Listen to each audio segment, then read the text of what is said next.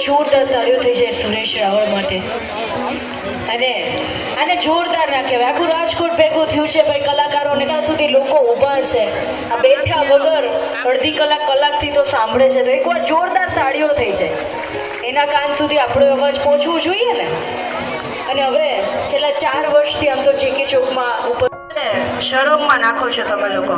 હું તમને રિપ્રેઝન્ટ કરું છું, રાજકોટ તરફથી છું, તમારા વતી છું. અને આપણે આ કલાકારોને જોવા માટે, માણવા માટે, સાંભળવા છે, તો એમાં પણ સપોર્ટ કરજો.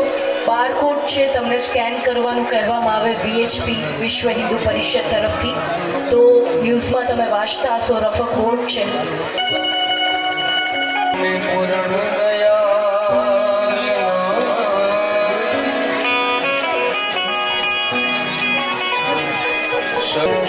Shri